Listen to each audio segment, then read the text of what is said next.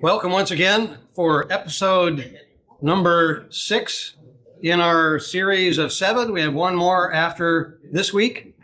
Just to remind you where we've been, we've gone through these 5, and tonight we're on how the church later developed worship services.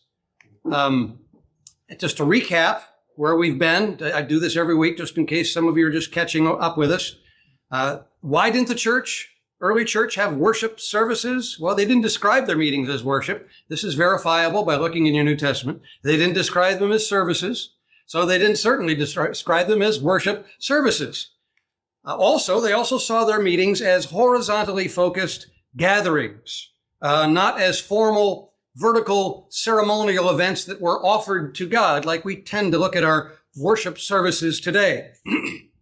Another key fact as to why they didn't have worship services is that if you actually study the word worship in the New Testament and the Greek words behind it, you find out that the Bible's worship words refer to temple activities, such as prostration and offering sacrifices, literal sacrifices, not to Christian assembly activity.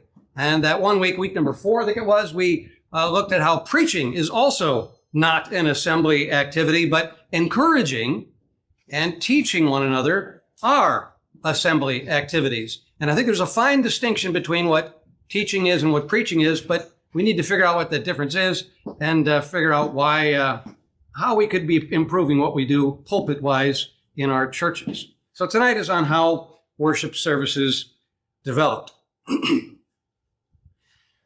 I'd like you to put on your archaeologist hat and get out your archaeologist shovel and your archaeologist broom, and we're going to dig through the ruins of hundreds and hundreds of years ago of old Christian writings that are not in the New Testament, but just outside of that.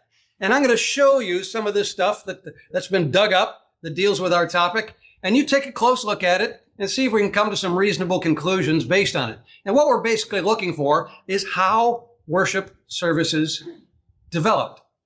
Because, when I first came across the idea that, why doesn't the New Testament call the assembly worship?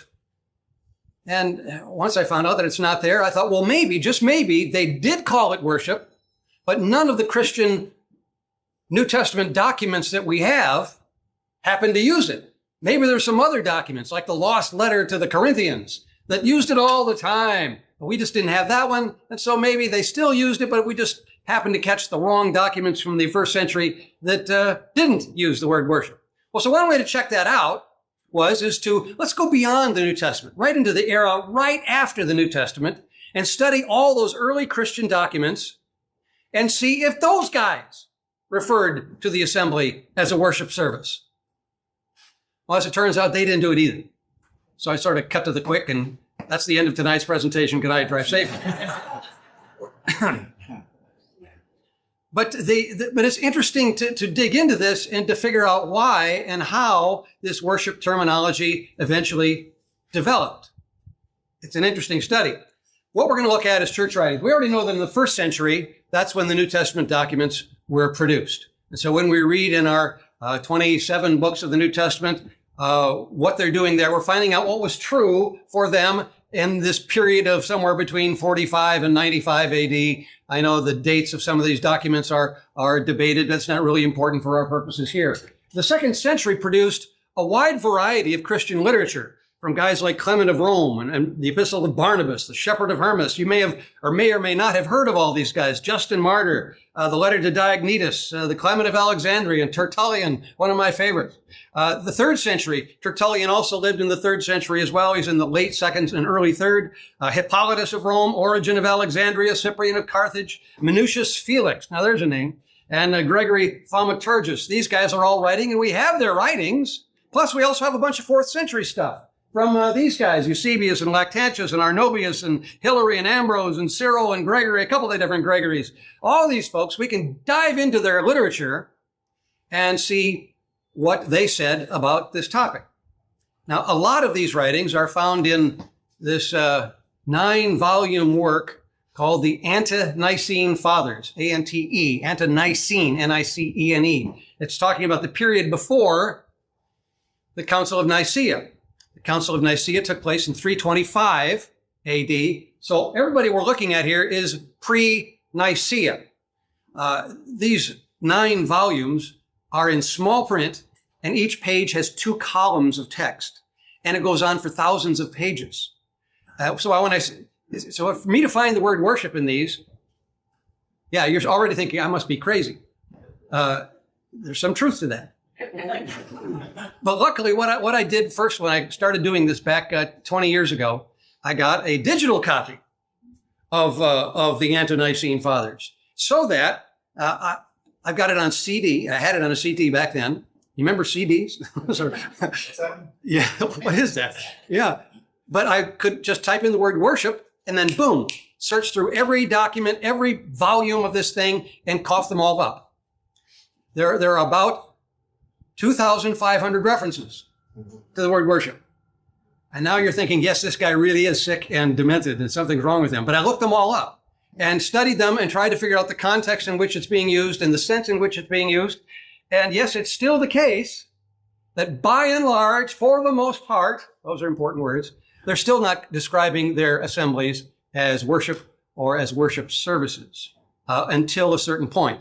And so we're gonna pour through this stuff and see what we've got in all these documents.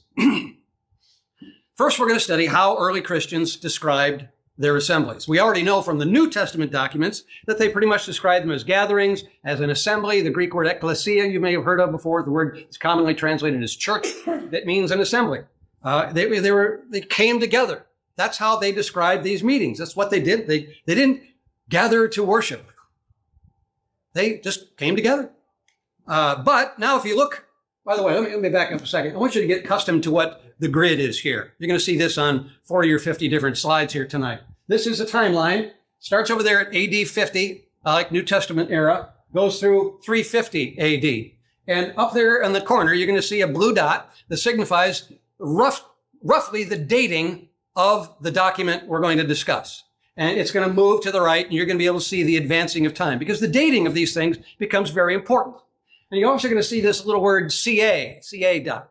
CA is the abbreviation for the Latin word circa, thank you, which means that we get the word circle from. It means around this time. It's a rough date, and it's difficult to date most of these documents precisely, a lot like the difficulties you have in dating New Testament documents.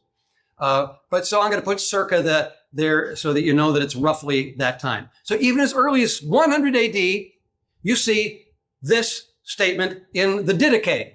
The Didache, the word means teaching. It's a Greek word. And the more longer title of this document is the teaching of the 12 apostles. We knew that this document existed, but we didn't have any copies of it until, I'm guessing it was like 1888.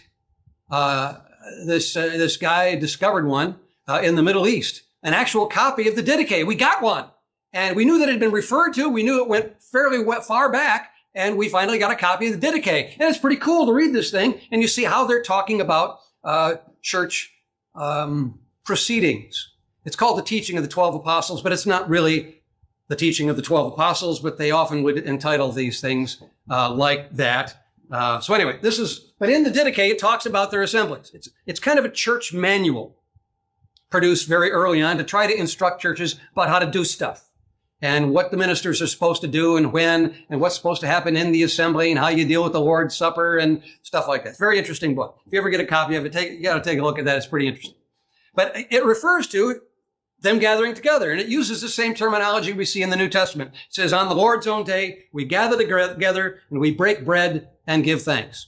There's other things in the Didache, but this still shows that the terminology is similar to what we see in the New Testament. About 105, a couple years later, Ignatius, the bishop of Antioch in Asia Minor, he writes several letters. One is to the Ephesians. He says to the Christians there, give diligence, therefore, to come together more frequently for thanksgiving and the glory of God.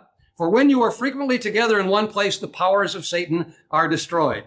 So he's talking then about gathering together again. Again, the word worship is not used. He doesn't say come together to worship God, but you get the idea. It is for thanksgiving and for the glory of God. There's other things in Ignatius as well, but this shows that he's also using a lot of the New Testament terminology.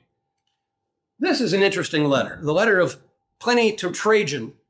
Pliny was a Roman governor up in northern Asia Minor.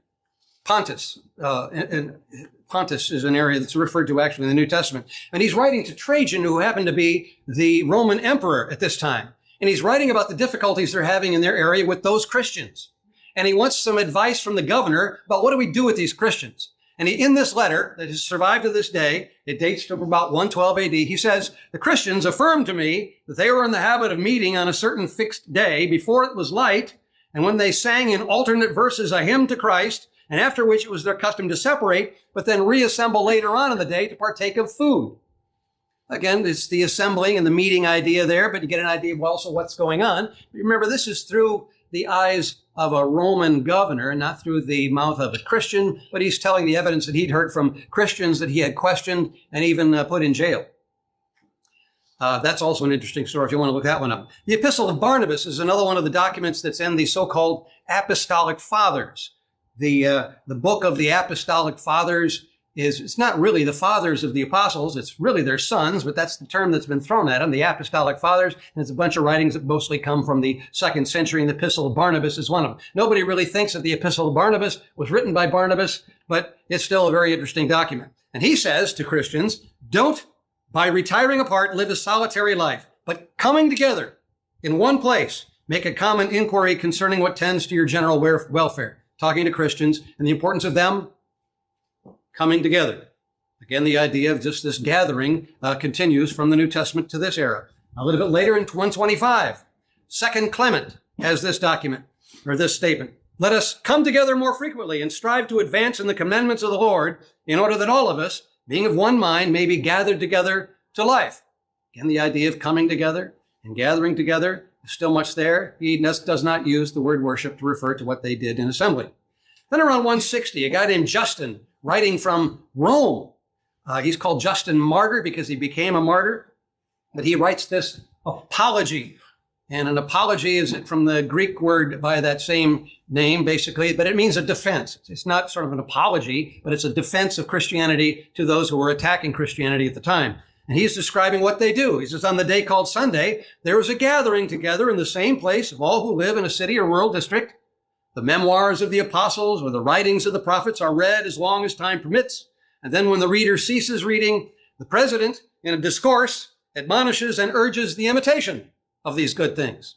Interesting. He goes on with a bunch more things, but again, he does not describe their assemblies as worship, but as a gathering. And then there's this other document about that same time, 165, called the Martyrdom of the Holy Martyrs, which is actually here talking about the martyrdom of Justin, the guy I just quoted. Justin was put to death for his faith. About this time, it's getting to be a real thing that the Christians strove for. Boy, I hope I get to be executed for the cause of Christ, because people really revered the commitment and the sacrifice of these individuals who did this. And I say guys, it wasn't just guys. There was a lot of females who also were burned at the stake or beheaded or killed on behalf of their faith. But in this document, this is recording this exchange between Rusticus, who I think is the prefect who is examining Justin, and he says, where do you guys assemble, you Christians? And Justin says, well, where each one chooses and can. Do you think that we all meet in the same place? No, because the God of the Christians is not circumscribed by place. His point is a point that recurs in these early documents frequently. Christians understood that with the destruction of the temple, God is no longer circumscribed. He's no longer included or confined to a space or to a place. He is everywhere, so it doesn't really make a difference where Christians gather. And so Christians gather where they can and where they choose. And in the city of Rome, which would have had a lot of people at this time, and probably a good number of Christians, they're meeting in little cell groups here, there, and the other. And again, where were they meeting? Homes. That seems to be the practice for the first few hundred years of the church. So interesting exchange here between Rusticus and Justin. Advancing up to 200, Tertullian, in his apology, he says, we meet together as an assembly and congregation. We offer up prayer to God as with a united force. We meet together in order to read the sacred texts. And he goes on with a little more description. But again, Tertullian, in his lengthy description of what they do, still does not use worship terminology to refer to the meeting. It's, again, think House church. Think sitting around somebody's living room. Think of small gathering, probably smaller than this one here tonight. That's the environment in which these meetings are taking place. And so to call it a worship service, certainly to them would have seemed really, really strange, if not heretical. We'll talk about that in a minute. Advancing up to 210, we get this statement from Bardesanes. He says, wherever we are called after the one name of Christ, Christians. On one day, the first day of the week, we assemble ourselves together. Again, he's describing what they do in their assemblies. He also does not use worship terminology. Jumping up about 100 years, up to 320, here's Eusebius, who we'll talk about extensively tonight. He says, none of our brethren ventured to convene meetings or even to appear in public. He did not say that we might hold meetings, talking about the emperor, didn't say that we could hold meetings, build houses of assembly, or perform any of our other customs. He's talking about the emperor at his time forbidding these things, the holding of meetings in their houses of assembly.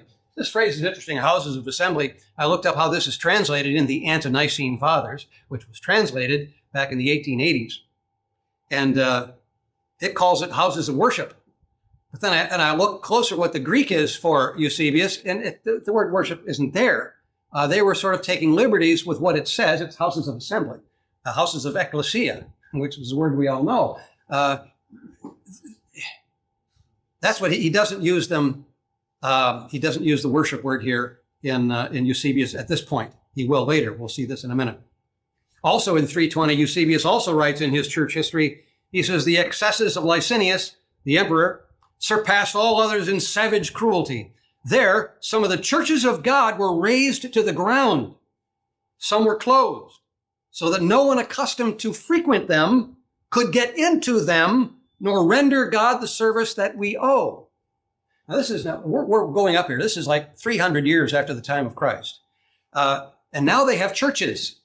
He's starting to use this term church to refer to a building. It's one of the first times this happens in history. Prior to this time, the word church is being used to refer to a gathering, to an assembly. But here they're calling them buildings. And this emperor went after the Christians and starts knocking them down. Yeah, you got a question? I was just curious, Licinius, was he a leader at the time, or who was that? Licinius, at the time this was written, he's one of two Roman emperors who were in charge of the Roman Empire. He and Constantine were co-emperors for a while. And that's what he's talking about here. We know that Constantine became very favorable to Christianity, but Licinius was not. That answers your question, all right? Yeah. This phrase also, neither render God the service that we owe. There's one of the translations of Eusebius' church history that says, render God the worship that we owe.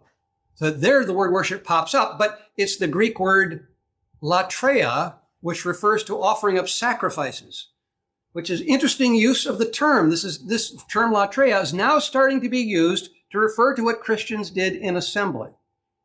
Interesting. But this is not till 320. Well, now let's jump up another 10 years. This is Eusebius again, another document that he wrote, an oration in praise of Constantine. He was Constantine's biggest fan, and he wrote a bunch of good stuff for them. Eusebius, by the way, is a bishop of the church at Caesarea. And he says this, our Savior, through Constantine, once more adorned the world with holy temples and consecrated houses of prayer in every city and village, ordaining the erection of churches and sacred buildings to the honor of the supreme God and Lord of all. These hallowed edifices are called churches or houses of the Lord. Interesting. What's happening here is Constantine, after he became a Christian, he started building churches. And we're not talking about these Morton buildings. We're talking about lavish, extravagant cathedrals. And Eusebius calls them holy temples and consecrated houses of prayer, sacred buildings, hallowed edifices. And here he described what he means by ecclesia, houses of the Lord. This phrase is interesting, houses of the Lord, because like temples, the phrase house of the Lord in the Bible only refers to the Jewish temple. And yet he's starting to call Christian church buildings temples, houses of the Lord. This had never been done before. And it's something of a departure from the ideas that we found in the New Testament. So let's come to one conclusion here based on what you've seen so far. By 320, Christians began using temple terminology in reference to their meetings and meeting places. But it's really not until we get closer to the 300s and the time of Constantine. We'll talk more about Constantine here in a few minutes. Let's go on to another question that we must face.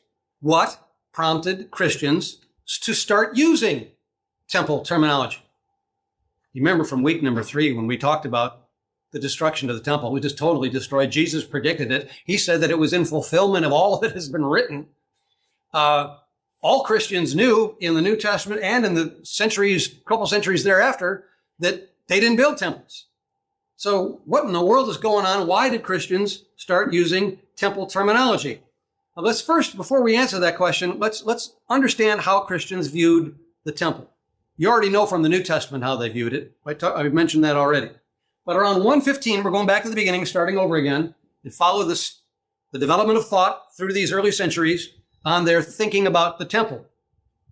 The Epistle of Barnabas says, I'm going to speak to you about the temple and how those wretched people, he's referring to Jews here, set their hope on the building as though it were God's house. Truly, God dwells in us, he says. This is the spiritual temple that is being built for the Lord. Talked about that again in episode number 3. And this was, for sure, how Christians understood temple. I am the temple. Those buildings are totally unimportant. And this also comes from some pretty clear teaching in the New Testament. Advancing up 40 years to 155, in a document called the Martyrdom of Polycarp. Polycarp, by the way, is a bishop of Smyrna in Western Asia Minor, one of the 7 churches of Revelation, I think. Smyrna is one of those. And he's a bishop, and he's being martyred. He's in the Colosseum here, and they've got lions ready to go after him, and he's being questioned by the proconsul at this time, and there's a crowd watching.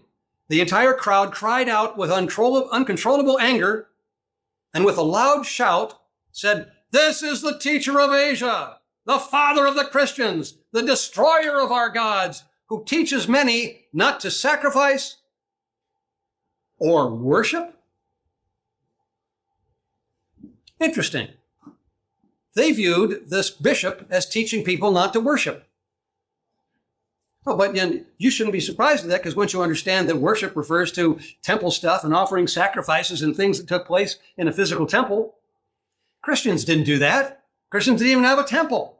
But he was telling people that he was destroying their gods in a way. He was teaching against idolatry, and he taught people not to offer sacrifices. You don't do that anymore. This was the novel thing about Christianity. They didn't do the sacrifice thing. They didn't have temples. They did worship. Now, when he says worship here, by the way, this is the Greek word proskuneo, bow down. Christians didn't do that. He's not talking about, when he uses the word worship, he's not talking about singing praises to God or praying to him. Of course, Christians did that. But when this word is used here, that's what he's talking about. Well, ironically, it's the same meaning of the word worship in the New Testament when proskuneo is found. We talked about that in episode number 2. So on 160 now, advancing up a couple of years now. This is Justin Martyr talking again in his apology. He says, "What sober-minded man, then, will not acknowledge that we are not atheists, worshiping as we do the maker of the universe, who has no need of streams of blood and libations and incense?" It's interesting that Justin, in defending Christianity to the watching world, has to tell them, we are not atheists. See, the watching world thought the Christians were atheists. Why? Well, they didn't have temples. They didn't have altars. They didn't have priests. They taught against worship. I mean, how atheistic can you get? That was their perception of the Christians. But he has to say, no. We're not atheists. And he uses the word worshiping here. This is the Greek word sebomai, which we didn't talk a great deal about in episode number 2, but it could be translated as revering. Revering as we do the maker of the universe. Yes, Christians revere a God. They are not atheists. We just don't need these streams of blood and libations and incense, the sacrifices that go along with the whole temple thing. Now, advancing up to 200, Clement of Alexandria kicks in on this thing. He says the word, talking about the authoritative documents for the Christian world, the word prohibiting all sacrifices, prohibiting the building of temples, indicates that the Almighty is not contained in anything. He's citing scripture here, although there's not really a scripture that prohibits the building of temples, but it might depend on how you read John chapter 4 or a couple other passages where Jesus predicts the destruction of the temple. Why would Jesus then support the building of one? That's probably where he's coming up. But he thinks that the Bible prohibits the building of temples. And he's a Christian bishop in Alexandria, a well-regarded one. Now, advance up 30 years. This is Origen, who's also in Alexandria. He succeeds Clement there as the bishop there. He says, we object to building altars and statues and temples because we've learned from Jesus Christ the true way of serving God. Not that phony way that the pagans did and that the Jews did. We object to building temples and altars and statues. And then jumping up to the year 300, Arnobius is the last guy who's going to utter this same idea. We do not rear temples. We don't build temples for the ceremonies of worship. We don't set up statues. We don't set up images of any god. We don't build altars. Even as late as 300 AD, Christians felt this way. We don't do that worship stuff. We don't do that temple stuff. We don't do altars and all that stuff. But things start to change. So the conclusion of this segment so far is that in the first 3 centuries, Christians resisted viewing their meeting places as temples. So then, again, what's the question? What prompted Christians to start using temple terminology? And again, if you dig through all this volume of literature, you can start to come up with some pretty good answers.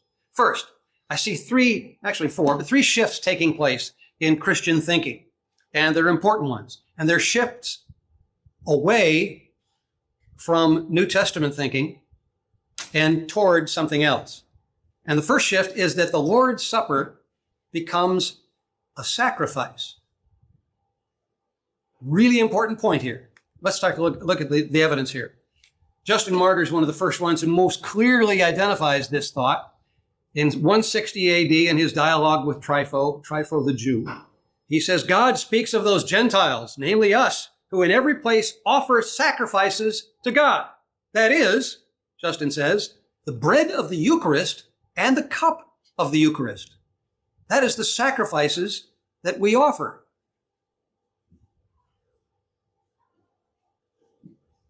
So he's saying that when you take the Lord's Supper, you're offering a sacrifice. The interesting thing here is he's citing from Malachi 1:11, which says this. God is saying, he says, my name shall be great among the nations, and in every place frankincense will be offered to my name. Now that's what Malachi 1:11 says, both in Hebrew and in the Septuagint. But this verse was never used in the New Testament documents as a proof of Christianity. But in later documents in the 2nd century, early Christians started to use this verse as a prophecy that the Gentiles will now be included in the church and they will offer sacrifices as well. And they viewed that sacrifice as when they took the Lord's Supper. Kind of bizarre. And if you read Malachi 1, you would conclude these guys are nuts. That's not what it says. But a lot of them did it. And Justin's one of the first ones to take off on Malachi 1 as a proof that the Gentiles will eventually become Christians and offer sacrifices. By the way, let me back up here. The reason why this is a prophecy of the Gentiles is the word nations here, ethnoi, it's another word for Gentiles. That's why they connected Gentiles and nations in every place, who in every place offer sacrifice, who in every place offer frankincense and such. It is a citation from Malachi 1. Irenaeus will do it, and Justin will do it a couple other times in his documents, again, using Malachi 1. It got to be a favorite passage of the church fathers to refer to the Gentiles coming into the church. A couple years later, interesting document here, the Acts of Peter. Let's read what it says first, and then I'll describe it. This says, they brought bread and water to Paul for the sacrifice so he could distribute to all. The sacrifice? Paul's going to distribute a sacrifice? Rufina wanted to receive the Eucharist from Paul, but Paul said to her, Rufina, you are not coming to the altar of God in truth.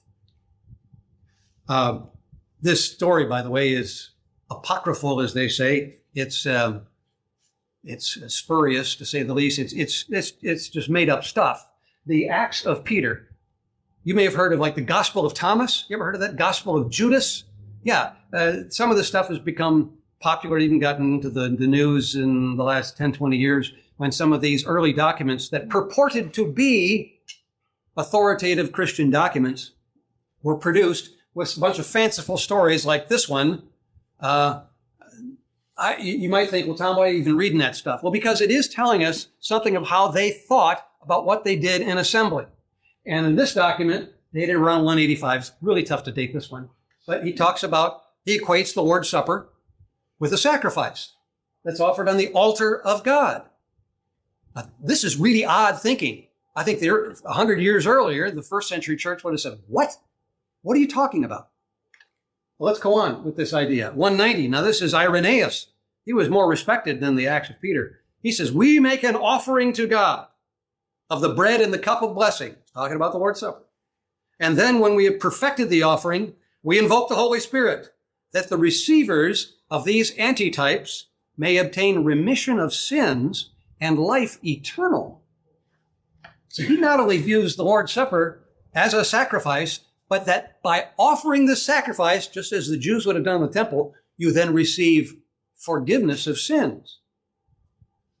This is bizarre, because in the New Testament, taking the Lord's Supper is an act of remembrance, not an act of remission. But the idea gets going in the early church, even in the 2nd century. By late 2nd century, it's rocking and rolling. Moving down to 250 AD, Cyprian, writing from Carthage, says, the Lord's passion is the sacrifice we offer. For as often as you eat this bread and drink this cup, you show the Lord's death until he comes. Again, the sacrifice is what? It's the Lord's Supper. It's a sacrifice. Interesting idea. So here's another conclusion I'm throwing at you. By the late 2nd century, Christians increasingly viewed the Lord's Supper as our sacrifice given to God. And there are later documents that also support this idea. It really gets going. Really gets going big time, even through the centuries.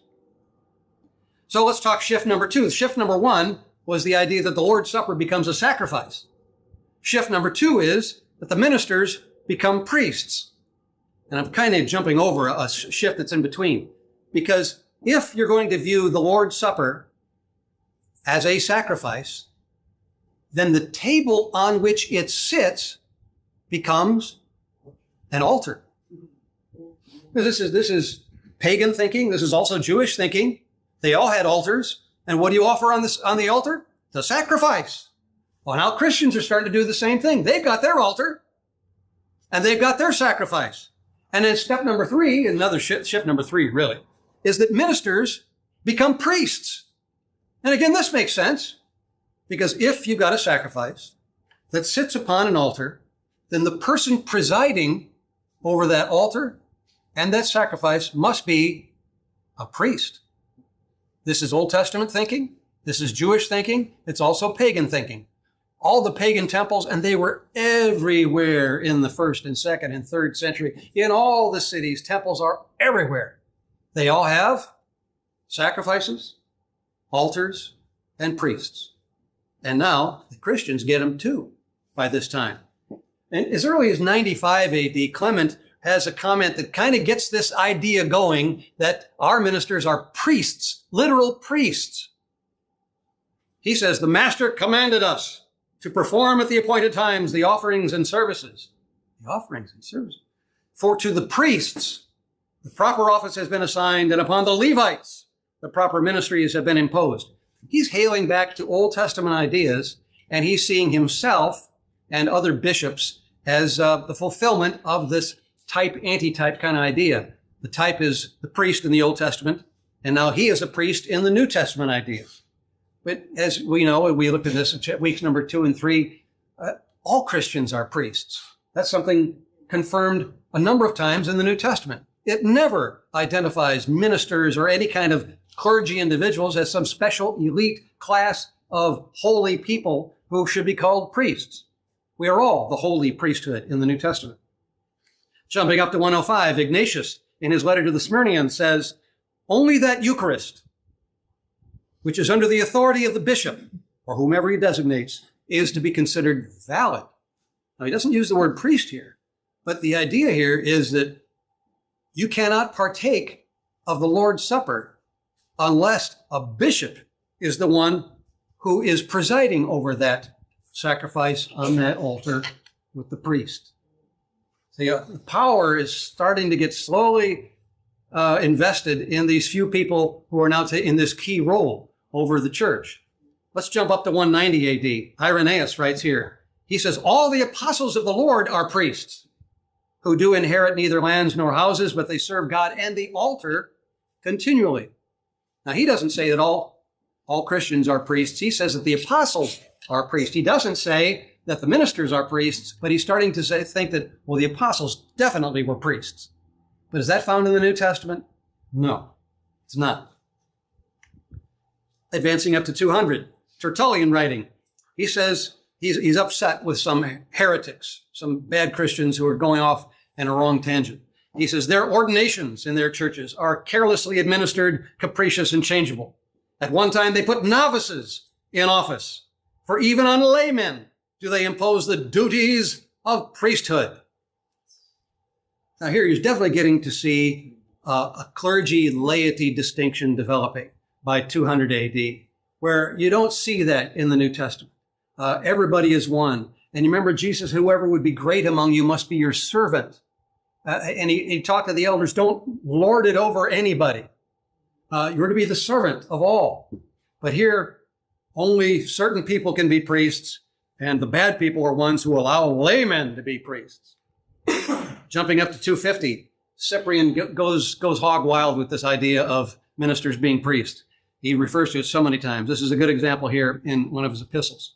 He says, I hear that certain presbyters, these are like elders, neither mindful of the gospel nor giving the bishop the honor of his priesthood and of his dignity, are already communicating with the lapsed and giving them the Eucharist.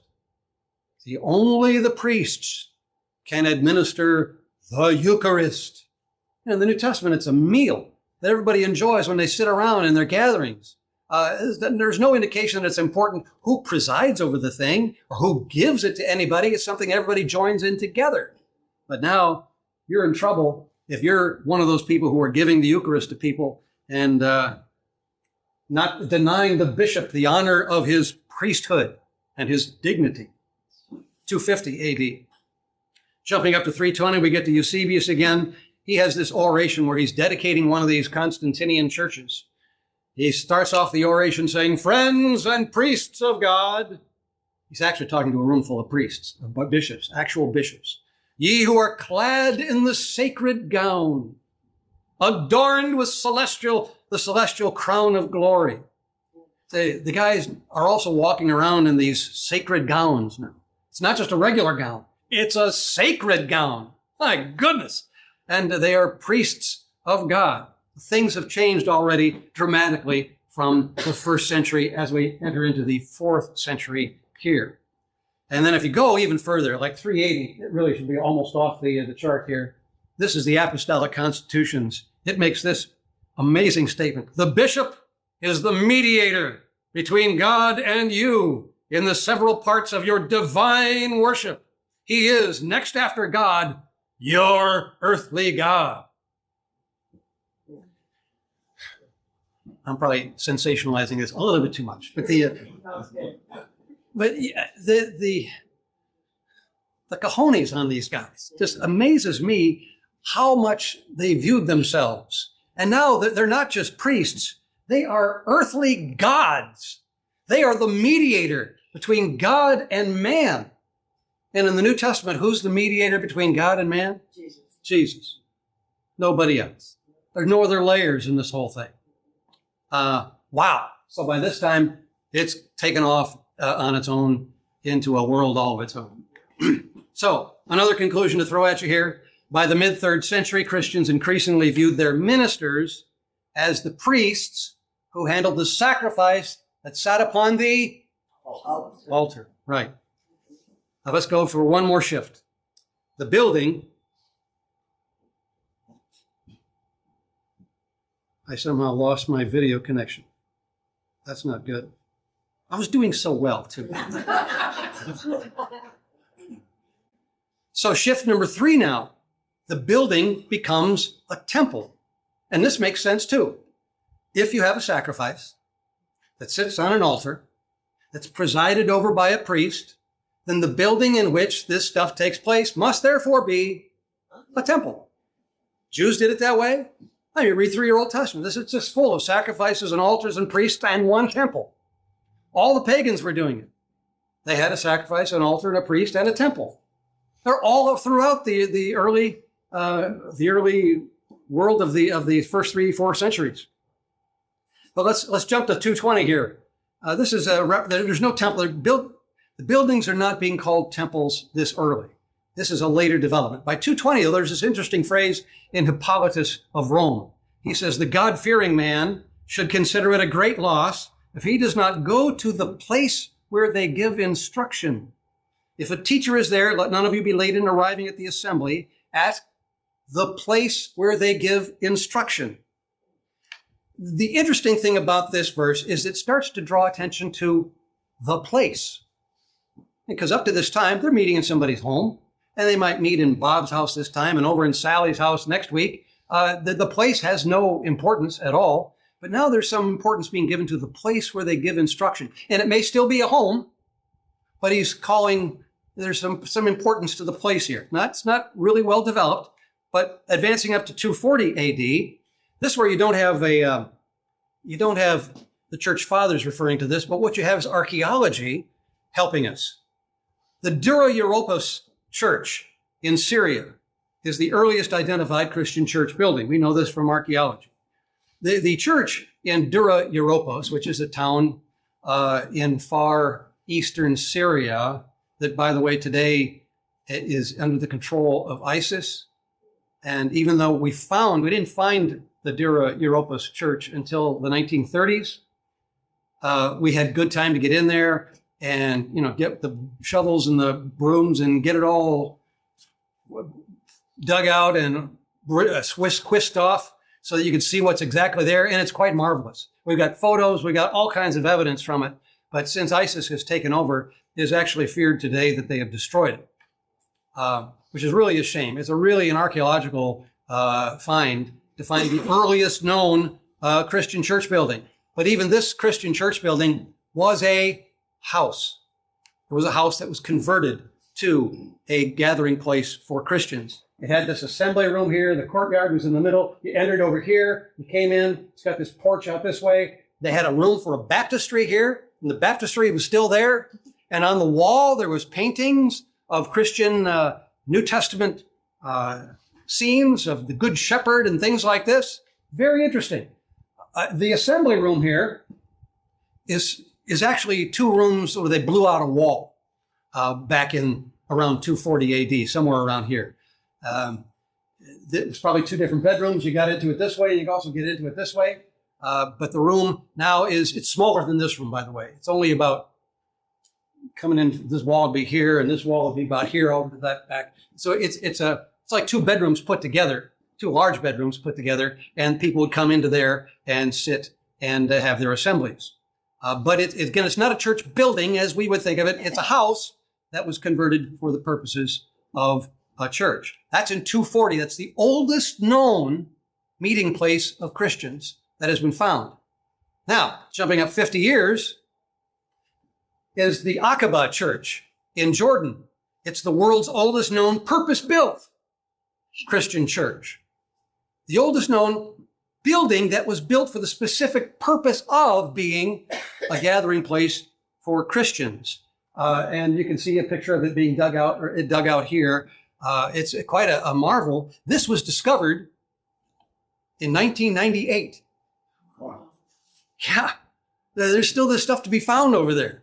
And as they look at it, they can tell that, there's a baptistry there, and they can figure out where the meeting place was. And I think it's this one. They're looking for the altar. The archaeologists are confused. Why isn't there an altar here? Well, I'm not so sure they had one that was anything other than a table up to this point. But anyway, they couldn't find one there. The Aqaba Church. Look it up on Wikipedia. There's a pretty good article about that, as well as the Dura Europos Church. It's fascinating stuff. But now, the turning point takes place with the Edict of Milan in 313 AD. The Edict of Milan. The Edict of Milan is when Constantine and his co-emperor Licinius declared Christianity to be religio licita, a legal religion. For the first time, Christians had the right to meet together, to build buildings if they wanted, to do whatever they wanted. It's not as though they're preferred at this point, but they now get the right to exist with the Edict of Milan. But really, the turning point, you might say, takes place a year earlier than that with this. The Battle of the Milvian Bridge. Let me back this up. This is the Milvian Bridge right here on the Tiber River, just outside of Rome, just northeast of Rome. Here's what's going on here. There are, at this point in 312, there's 3 or 4 co-emperors and of Rome. Each one had different areas of the Roman Empire to be in charge of. But, once you're emperor of one, you got to be emperor of all. And so they got to fighting for the right to have the whole thing. And this is what's going on here. Constantine marches into Rome, comes across the Alps, down into Italy, down to Rome, where Maxentius, his rival emperor, who already controls that area, and they're ready to do battle at the Milvian Bridge, right here. Constantine is a pagan. Maxentius is a pagan as well.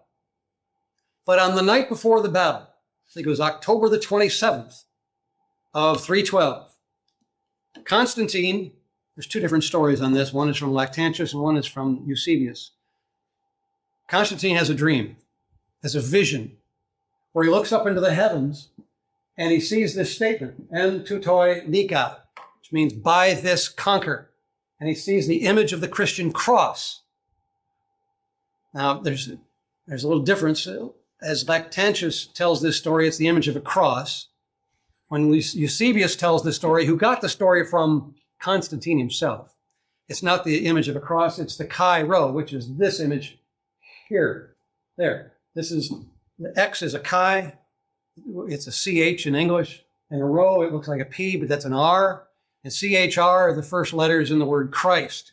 And the chi rho got to be a Christian symbol for many centuries back at this time.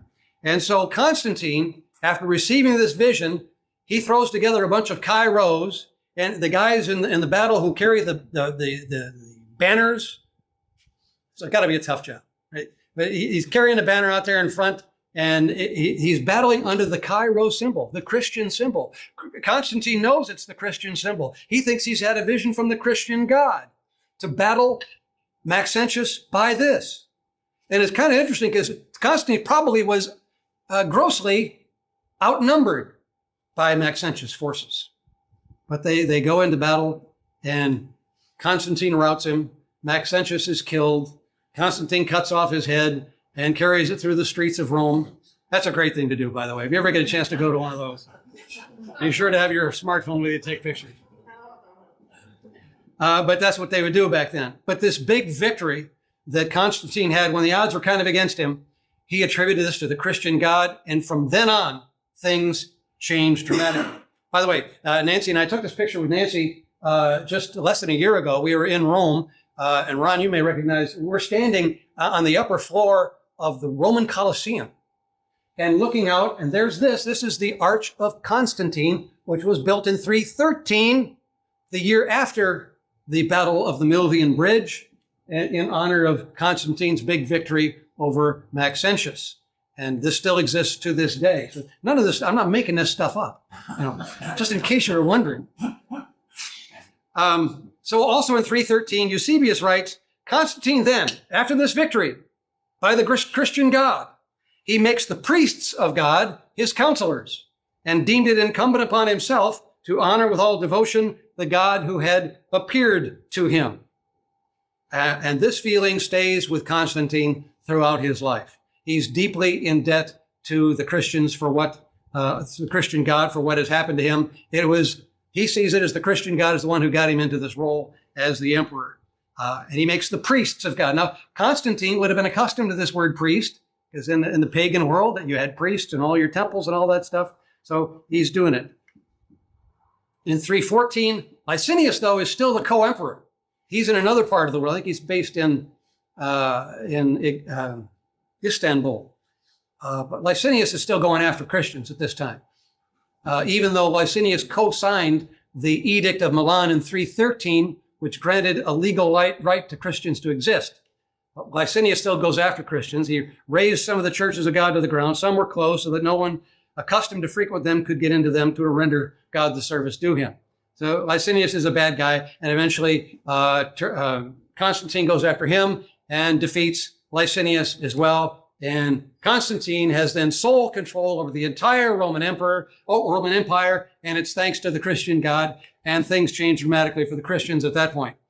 As Eusebius says, there was incessant joy among the Christians. Church buildings were revived. Temples again rising from the soil to a lofty height, receiving a splendor far exceeding those that had been formerly destroyed. Constantine builds these things, by the way. Constantine does. With his own personal funds, as well as with empire funds. I mean, the taxpayers were mostly pagans. That their dollars they paid in taxes to the Roman Empire is being used now to build these magnificent cathedrals for the Christians. And the Christians are thrilled. But there's some problems that go along with that whole theology. Eusebius says they had the performances of sacred rites and the solemn rituals of the church, the divine and sacred mysteries being performed. The mystic symbols of our Savior's passion were celebrated. It's talking about the Lord's Supper. But all of a sudden now you see Christians, they're just not just gathering together to encourage one another and have an agape feast. They're performing sacred rites and solemn rituals and sacred mysteries and mystic symbols. All this stuff going on. It seems appropriate to have that when you've got priests and you've got altars and you've got sacrifices and these magnificent temples.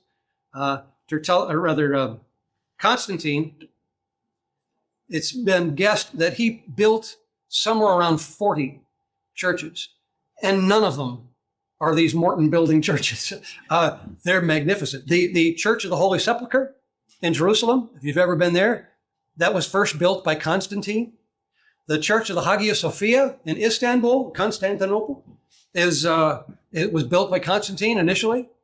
St. Peter's Basilica in Rome, built by Constantine in all of this era, as well as dozens of others throughout the Mediterranean basin at this time. All this happening with government funding and Constantine's personal support. Eusebius talks about these buildings be a holy temple of God when he spoke once to dedicate one of these buildings. A new and holy. See, it's not just a temple of God, which is a big enough step from New Testament thinking. It's a holy temple of God. In 325, he'll again write, when he writes a document about the life of Constantine, for the Council of Nicaea, which takes place in 325. Constantine provided travel expenses, imperial escorts, and lodging for hundreds of attending bishops to the council, along with instructions to heighten the splendor of the festival at the emperor's expense. That's the kind of support that Constantine gave to the Christians and to the Council of Nicaea. He was even somewhat influential in some of the decisions being made there, which is a little scary.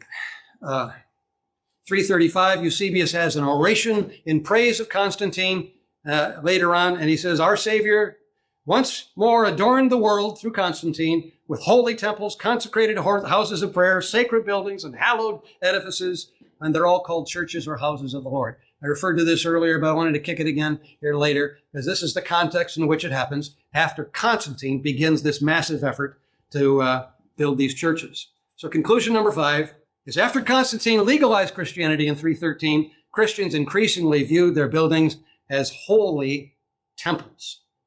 Big change. So this is the progression you see. Christians had a sacrifice, the Lord's Supper. And if you have a sacrifice, you must have an altar. And if you have an altar, you got to have a priest. And if you have a priest and all these other things, you got to have a temple. So Christians now had all these things just like everybody else in the world. The pagans had it. The Jews used to have it before the temple was built or destroyed, but now the Christians have it as well. I cited this statement by Everett Ferguson a few weeks ago. He described what worship meant in the ancient world. It meant temple, with its accompanying statue of the god, altar for the sacrifice of animals, and priesthood.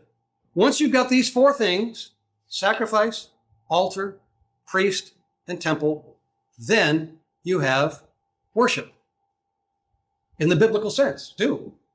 Even in the New Testament biblical sense. That's what comprised worship in the ancient world. And now the Christians could have all that too, because they had all those four things now. Literal things. A literal sacrifice, a literal altar, a literal priest, and a literal temple. But there's some problems to this. Let me back up a second, just introduce this. I wrote a paper on this in my doctoral work. I took a class on the early church at a doctoral level. I wanted to get deep into this topic because I wanted to study this closer. And I wrote a paper that basically had everything I've told you here so far. And I just wanted to share what happened. And I shared in my paper so far what I've told you. But my teacher came back to me and says, Tom, I want you to add a section to this where you assess why this stuff is a problem. And I didn't really want to get into being judgmental. You know how I am. My wife just rolled her eyes big time right now. But there's a problem to this. And so I, Howard Marshall, one of the well-known evangelical scholars, said there's nothing in the New Testament that suggests that the Lord's Supper is to be seen in any way as an offering or a sacrifice by us to God. And the practice of offering the elements to God, the elements of the Lord's Supper to God, reverses the whole direction of the atonement in which God offers himself, his son, to die for us. Not we offering a sacrifice back to God in order to get forgiveness. Yeah. We got things backwards through all this. Now, here's another statement I ran across that Robert Marcus, another early church analyst, he says, in the first centuries of Christianity, it was a religion highly inhospitable to the idea of holy places. But by the end of the fourth century, it had become highly receptive. I mean, Christians now get to have these magnificent buildings on every street corner and have all the prowess and prestige in town of not just being a legal religion, but thanks to Constantine, it became the preferred religion. And it wasn't too many years later that idol worship became banned in the empire and the Christians dominated. You might think that's a good thing, but you know, we turn into a bunch of jerks when that takes place. So why did the later church embrace temple concepts? Here's just three guesses. Why did they do that? Why did they want to call the Lord's Supper a sacrifice? Why did they want to call that an altar? Why did they want to do this priest thingy and the temple thing? There was a tendency, and there's a human tendency among anybody to sacralize things. If you find something meant a lot to you, it then becomes sacred to you. It becomes holy. It becomes very special. And you start to maybe even find Old Testament concepts to apply to these things, which the early Christians did. All those things of sacrifice, altar, priest, and temple, Old Testament ideas, that they resurrected these and made all this stuff sacred and holy in the early Christian church. Another reason why they may have done it, this is me guessing now, is I think there was a need for social approval. You know, by 320, the Christians had been persecuted for almost 3 full centuries. They'd been looked down upon in town. They had to be rather quiet about them being Christians. They couldn't be proud of this to anybody else. And some other people would even turn them in if it was known that they were a Christian. But finally, they're not just legal. They're in charge. The emperor's my man. He's on my side. And so now they have social approval, but they also turn into a bunch of jerks. And history will show that to be true as well. The Christian behavior starts to leave the Christians at this time. And another thing that I think may have been a reason for all this was a growing sense of elitism among the clergy. I mean, all this stuff revolved around the clergy. They got to be the priests. Nobody touches the Lord's Supper but me. I'm the guy, and you got to do what I say. And if you don't have me there, what you do doesn't count. That's actually there in the 2nd century. You can't even meet without the bishop being present. So this elitism that went along with these priests of God who wore the holy, sacred gown. So I think that's also contributing to the problem here.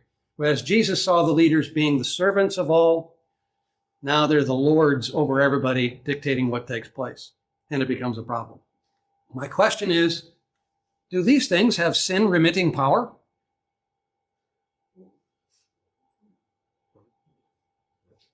I think that's the question.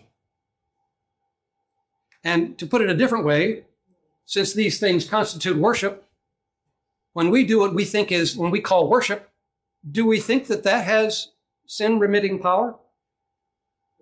Do you think that by attending worship, your sins are forgiven?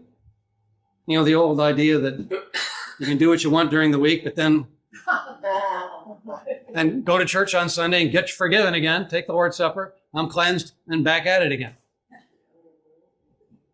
I mean, what did you think that by going to church, this has sin-remitting power? Are we essentially denying the effectiveness of Jesus' sacrifice? Throughout the book of Hebrews, it says Jesus' sacrifice was a once-for-all sacrifice, done one time for all time, and it is sufficient. But have we resurrected a system where it's not really enough anymore? We got to go to church, and we got to do all that stuff, and then we get forgiven. Something's wrong with our thinking. I don't think that this is New Testament thinking. So let's summarize this. It's a timeline here. Remember, the New Testament was written in the 1st century.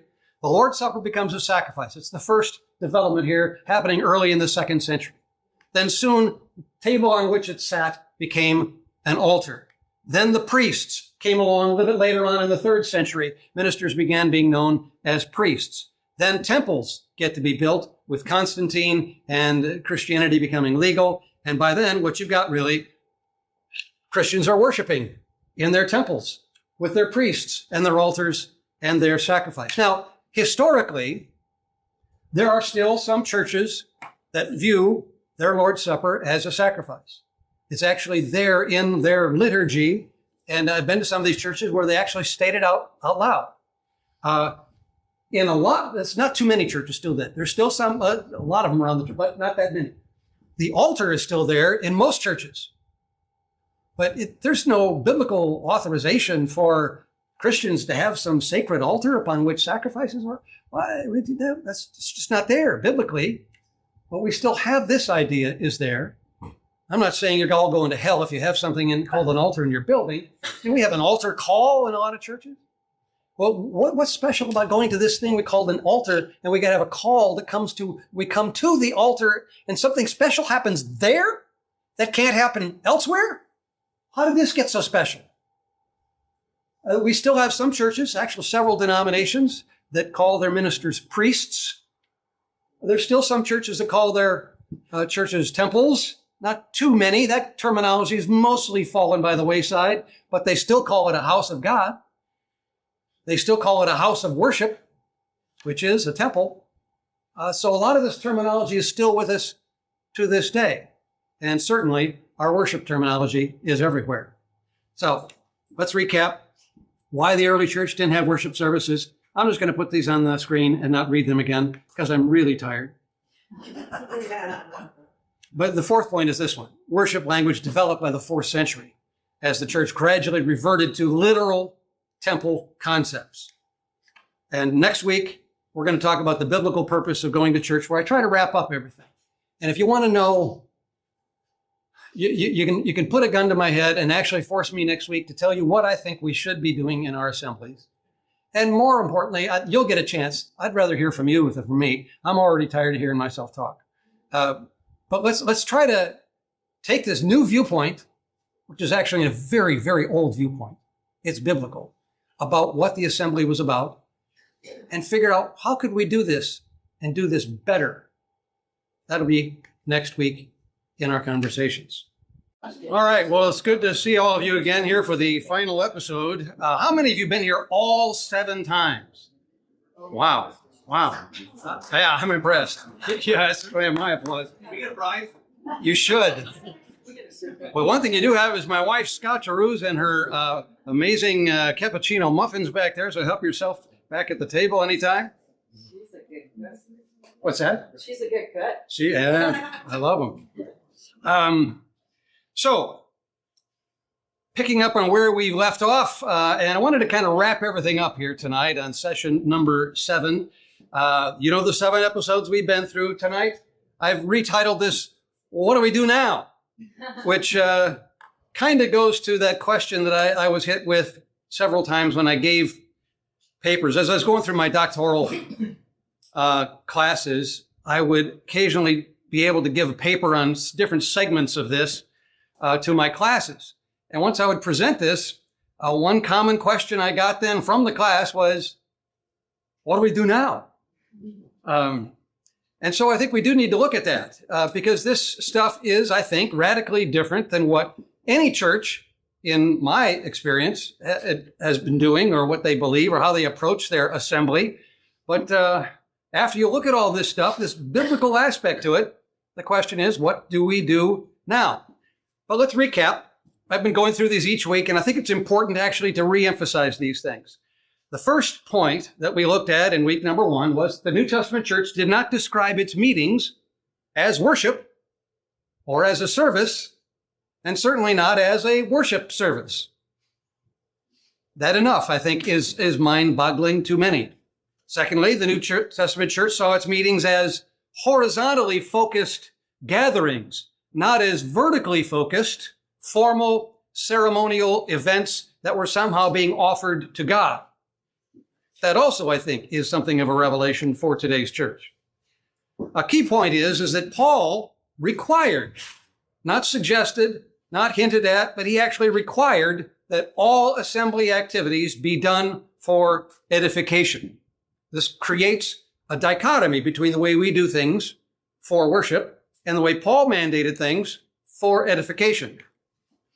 The Bible's worship words, we also found out in week number 2, refer to temple activities, such as ritual prostration, actually physically bowing down, nose to the ground, and to sacrificing. And physical sacrifices, getting a cow and slaughtering it and splattering the blood on the altar, the whole deal, that's what it refers to. And it never refers to Christian assembly activity.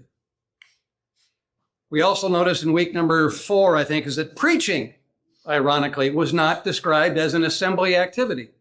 Neither was sermons. The word sermon is not even found in the Bible, not even on the Sermon on the Mount. But rather encouraging and teaching are the kinds of public presentation activities you see in the first century church. And last week we noticed this key conclusion that worship language wasn't there in the first century. We know that. It also wasn't there in the second or the third centuries, but by the 4th century, worship language becomes developed as the church gradually reverted to literal temple concepts.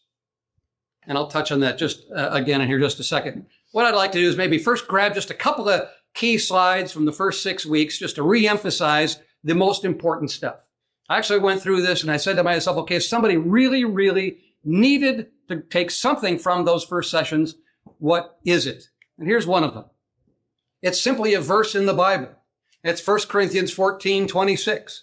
I didn't talk a great deal about this verse. Much more could have been said, but this is what it says. Paul says, what's the outcome then, brothers and sisters? When you assemble, each one has a psalm, a teaching, a revelation, a tongue, or an interpretation.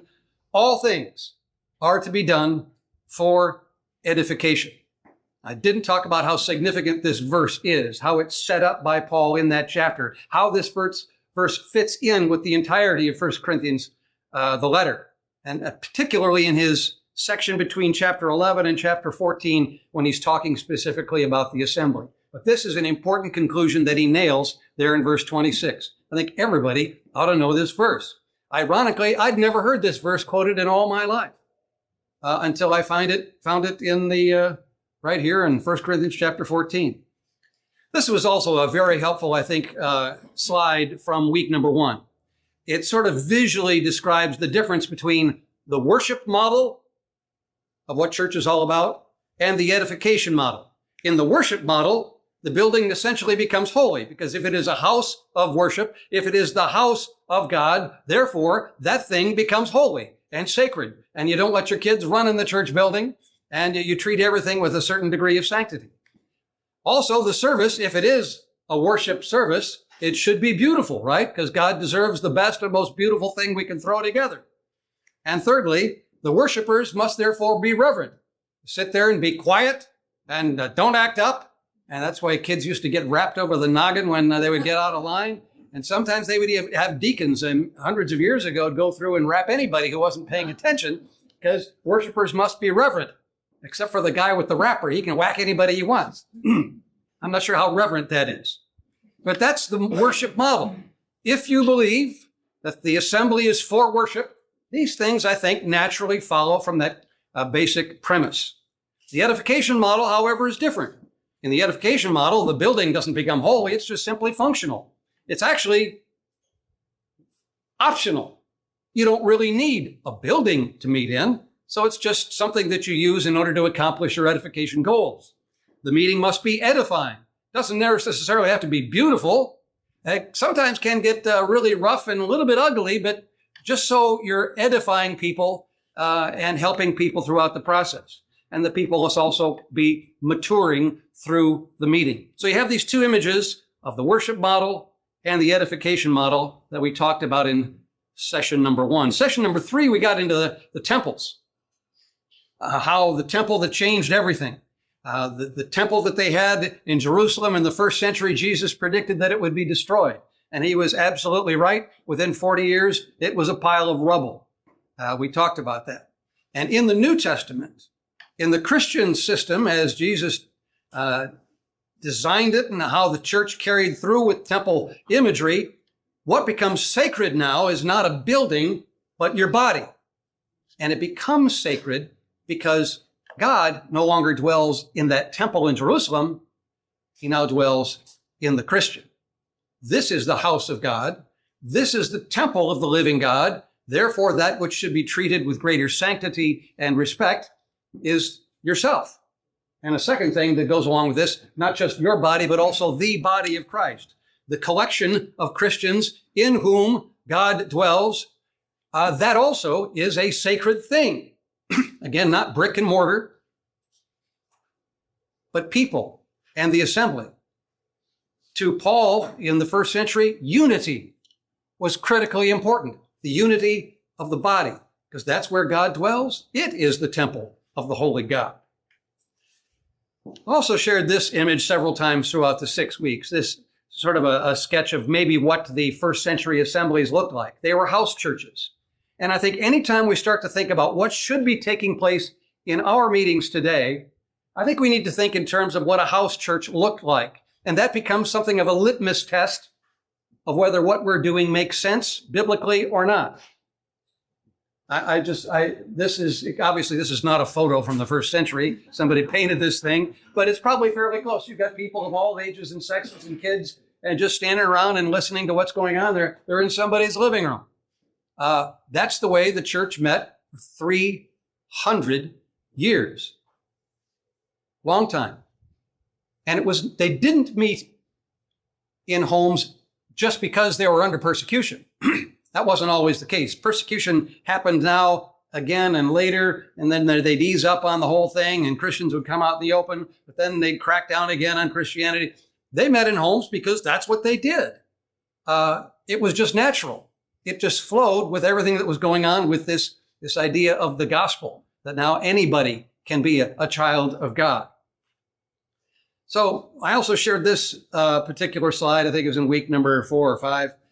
What our assemblies lack, I think, I could summarize it in 3 ways, in three things. One anothering. There's very little opportunity for people to exchange ideas and talk and comfort one another, console one another, exhort one another, pray for one another, confess your sins to one another, forgive one, all these one anothering activities that you find over 100 times in the New Testament. In our church assemblies, typically that kind of activity is minimized. The second thing is multiple perspectives that is also lacking, I think. In a typical church service or worship service, as we call them, there's one person who does pretty much all the talking in the assembly. We only get one person's perspective every week. We don't hear multiple perspectives, as Paul clearly identifies in 1 Corinthians 14, that there should be several people talking. And this also, by extension, also creates a problem in that there's no opportunity for development, people to become leaders in the church, to become teachers in the church. And I always think about Hebrews 5, verse 12 and 13, where the writer says, by now you ought to be teachers, but you're not. So there was this expectation that Christians, as they go to assemblies on a regular basis, they should be developing and progressing in their Christian maturity so that they can actually become teachers. Not everybody will. Paul recognizes that everybody has various talents and giftings from out of the womb. But people should be developing themselves into more mature Christians. Shared this summary timeline in last week's session, where we looked at how worship language gradually came about. We know it wasn't there in the first century when the New Testament was written. And then it starts to develop sort of in seed form when in the first and second century, the Lord's Supper begins to be referred to as a sacrifice, a literal sacrifice, not as representing God's sacrifice of Jesus for us, but they actually start to refer to it as if it is our sacrifice back to God when we take the Lord's Supper.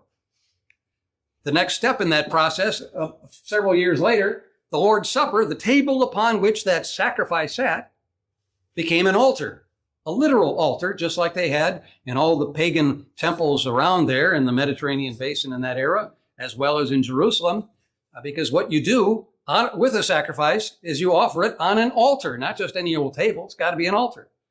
And then the third thing that happens somewhere around the middle of the third century is the ministers who are presiding over that supper on that altar become priests. And they start to use priest language to refer to regular old ministers and co-laborers of the gospel in the Christian church. And then finally, as we noticed last week, churches became temples. They actually started to use this word temple to refer to church buildings. And that happened specifically, especially when Constantine became a Christian and became emperor in the early 300s, after 313 AD. And he started to fund all these church buildings that began to be built throughout the empire. And they were just small little buildings. They were magnificent cathedrals wherever he built them. And that's when worship terminology begins. Because you had these four essential elements of what really constituted worship to people in the first century. You had to have a sacrifice, you had to have an altar, you had to have a priest, and a temple. And if you've got those four things, you've got worship. That's true biblically. It was also true to pagan idolaters. They had to have all four of these things, and then they would call that worship. So that's where it finally starts, not till the 4th century when worship language begins. So the question tonight is, what do we do now? Well, I'm going to offer a few ideas here. I think the first idea that I think that has to take place is we need to change terminology. So much of the problem is centered on worship terminology. The difficulty with the word worship is that what we mean by worship is not the same thing that it means when you find that same word in the New Testament or the Old Testament for that matter. It means something different. We talked about that at length in session number 2. I think specifically what terminology needs to change. I think let's call worship music, let's call it praise music. That's okay. That's a little more biblical. That's right along lines of how the New Testament would see it. Let's call a worship team a praise team. Let's call a worship band a praise band. And that's done in many churches. When we talk about going in, now we start our worship open our worship with prayer. Well, usually not opening it with music. So, and we're not really opening it with praise either. So something there, the word worship is kind of misleading as to what's going on there. What exactly do we mean by that? When we open worship with prayer, what exactly starts to happen then that didn't happen 5 minutes earlier? If we start to change the terminology, then things become clear. I actually find that to use the word worship in any kind of a context when talking about Christian things is just misleading and confusing. And the discussion after that point just gets messed up. And you really can't make any progress on discussing things. So I would suggest we change that word to praise wherever it fits. I wouldn't use the word service either. The idea that we go through a service, we imply that we're doing some service for God. But we found, we quoted several times, Acts chapter 17:24, where Paul said to the Athenians, God doesn't need anything. He is not served by human hands. The idea that he is rather a pagan idea. It's an idolatrous idea. Idols served their gods, or rather idolaters served their idols with worship by offering sacrifices and bowing down to them. But there's no servicing. I could go on, but I'm going to shut up and keep moving. I talked about changing the word preach. Again, preach is not used as an assembly activity. I think it's better if we call it encouraging and teaching. What if you had the idea, what if every preacher had the idea that when he gets up, his role is to encourage people, not to preach at them. I think there's a connotation with preach that necessarily focuses on the negative. Don't preach to me, you know. But there's something wrong with the biblical perspective when we continue to use the word preach. And I think we should change the word sermon for that. I think the word sermon gives a wrong impression about what's going on with that message, which is probably a better word for a message given by somebody. So I really would honestly think that we should change terminology. I think the chances of that actually happening are almost nil, because this language is so deeply ingrained throughout our church culture. I don't think it's going to go away. But if you really wanted to start understanding things better, I think it needs to go away and be replaced with more biblical ideas. Then it'll set our minds straight to be able to understand other things as well. The second thing I think we got to do now is to make edification the purpose of going to church. Right now, we get dressed for worship. We tell our kids to behave during worship, and we view everything we're doing as worshiping. But what if we're getting dressed to edify people? See, edification is not just something you do to somebody else. It's also something that happens to you. You go there looking to be built up, which is what that means. We need to define, I think, the word edification, and it literally means to build up. The Greek word is talking about a building, a construction. We're putting brick upon brick and becoming more mature and stronger with each thing that takes place. It is, in a sense, it's education that creates maturity. It's not just education, because it doesn't just fill your head with ideas, but it also does something to your heart. Edification targets the head and the heart with serious content that changes lives, that gradually changes lives. And there are two things biblically that are mentioned in Scripture that build up. One is love. In 1 Corinthians 8:1, Paul said, knowledge, just stuffing ideas and facts in your head, puffs up. But love builds up. Now, if you've been a part of a church that does a lot of teaching, but really what often happens in those kind of environments is those who are doing the teaching get really puffed up with how smart they are and being the answer person, the answer man for all the questions. Well, baloney. Nobody's got all the answers. We all ought to admit that this is tough stuff, and we can get things wrong. And I can get things wrong really easily. Done it many times. I'm sure I'll probably do it sometime in the next 50 minutes. I've got you to thank to help me out with it. But a second thing that helps is God's word. Paul said in Acts chapter 20, when he was giving his final address to the Ephesian elders as his farewell goodbye, he says, I commend you to God and to his word, which is able to build you up. There's something very edifying just about the words of Scripture. That's what edification is. And I think we need to make that the reason why we go to church. You might ask, well, what difference does it make? I mean, really? It's worship, edification, it's all the same thing. Well, I think the two things are significantly different. They're two distinct models that generate two distinct results. That those slides I showed you a little while ago with the pictures on, I think, show the distinctive difference between these two models. Worship, essentially, I think, calls for regulations.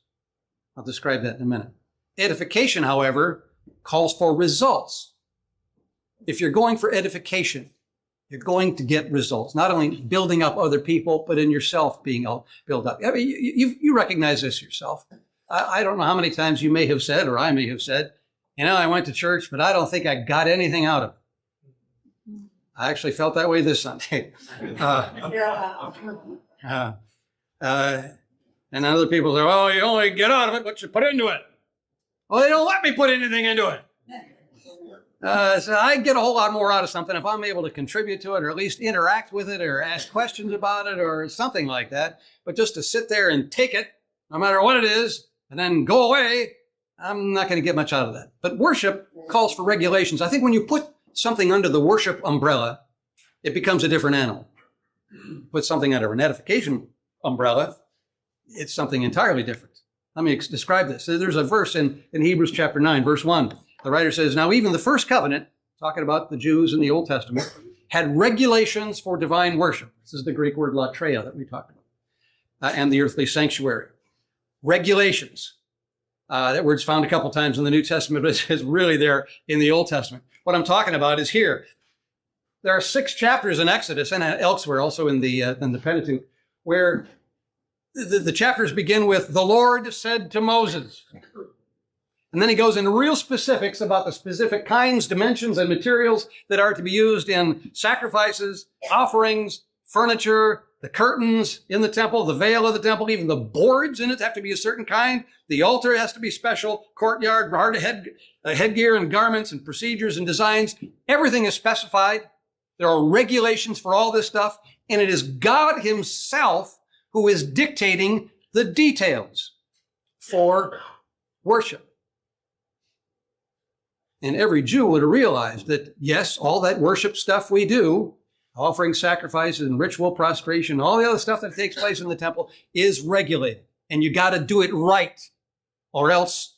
There's a great story in Leviticus chapter 10 where Nadab and Abihu, I think are a couple of priests, but they offered a strange fire to the Lord.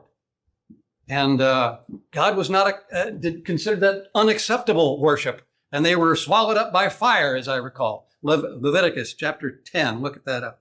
But the same idea is often presented to what we do in our worship services, that it's got to be acceptable and it's got to be right, or else, But what if what we do in our assemblies was never described as worship to begin with? It moves out of the worship umbrella of highly regulated, commanded activity and into the edification realm, where it now becomes that what's the goal here is getting some results for the people who are there. 2 completely different models that have completely different results, I think.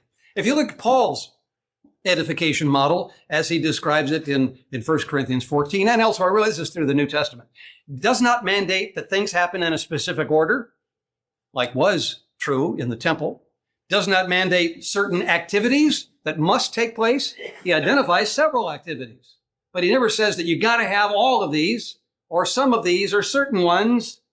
He's just concerned about the goal of edification.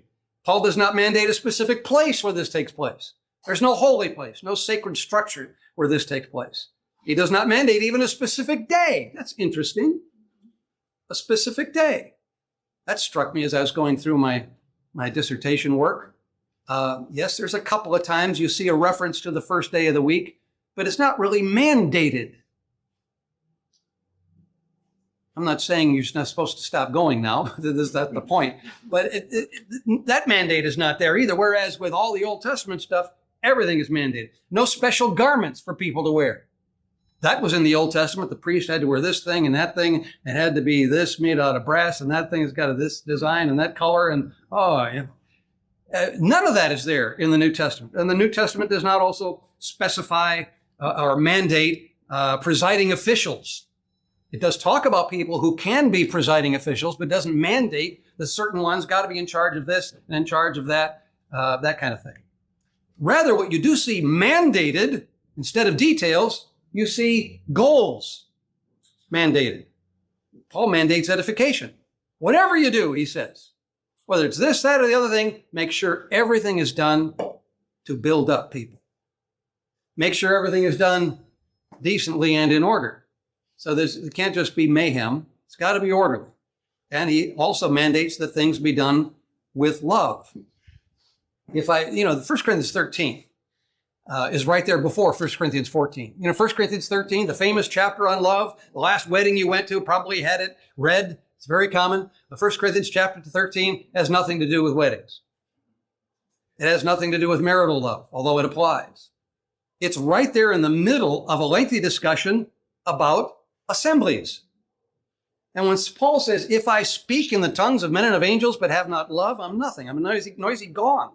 That entire chapter of chapter 13 is talking about using love in the assembly, not just when you speak, but also when you listen. Love is patient. When somebody's saying something you don't agree with. Love is not jealous because somebody else can speak better than I can, or they're getting more airtime than I am. Love endures all things, even somebody that tends to rattle on a little too long. That's Paul's edification model. Those are the things that ought to guide what takes place in any given Christian assembly.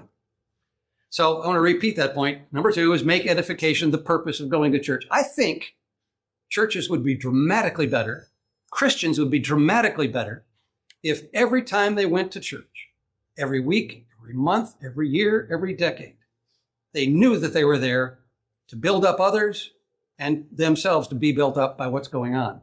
I think we'd all end up being built up. I think we'd be mature, much more mature than we are. So third point, this goes back to the music issue, and this is about the only music point I'm going to make this week, but I thought this was worth mentioning. Less concert and more content. I got to thank Bill Mannon. Yes, you're the man. I wondered, did you change that after I said that to you? Or? Well, I sort of inserted it into the whole thing. Yeah, I'm adapting. He came up to me after that music thing, and he said, I think a lot of Christians just like the concert feeling of when you got the worship band up there and they crank it up and get the speakers going and the light show going. And it's a concert feeling for a lot of people, and they go for the concert. But I think there needs to be less concert. I'm not saying get rid of it. Less concert, more content. Let me define this. Because if singing is to be done to edify, which Paul explicitly states in 1 Corinthians 14, the focus should be more on the message than on the music. The focus should be more on instruction in that song than on the instrumentation. See what I did there? Thank you very much. And I think the focus should be more on building up than on just pumping up.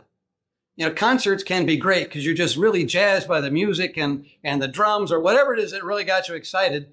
But I think that we all end up a little more deflated when we walk out of the thing. By the time we get to our car in the parking lot, the balloon loses its air.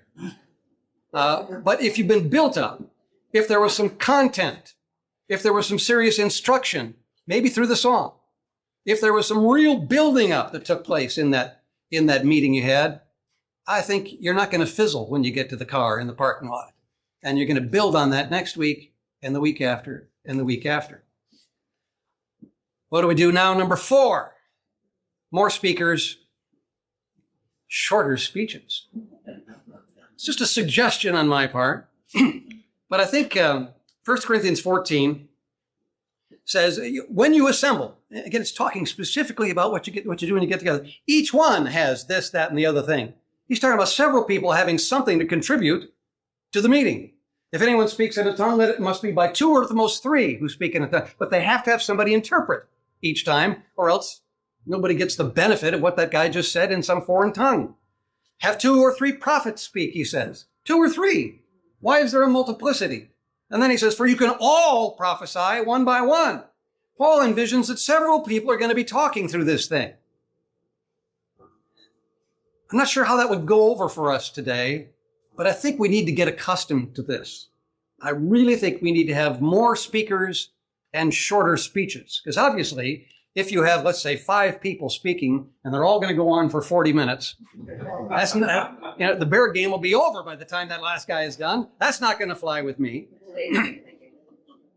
And I think there's also a reality in our modern culture.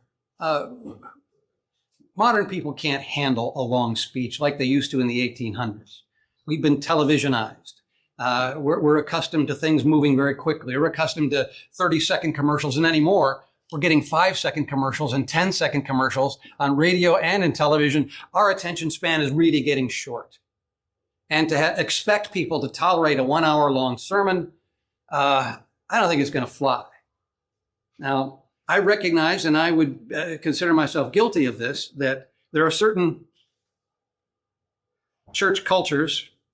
I think I've lost my video feed again. I was doing so well again. All right, I think we're rolling now.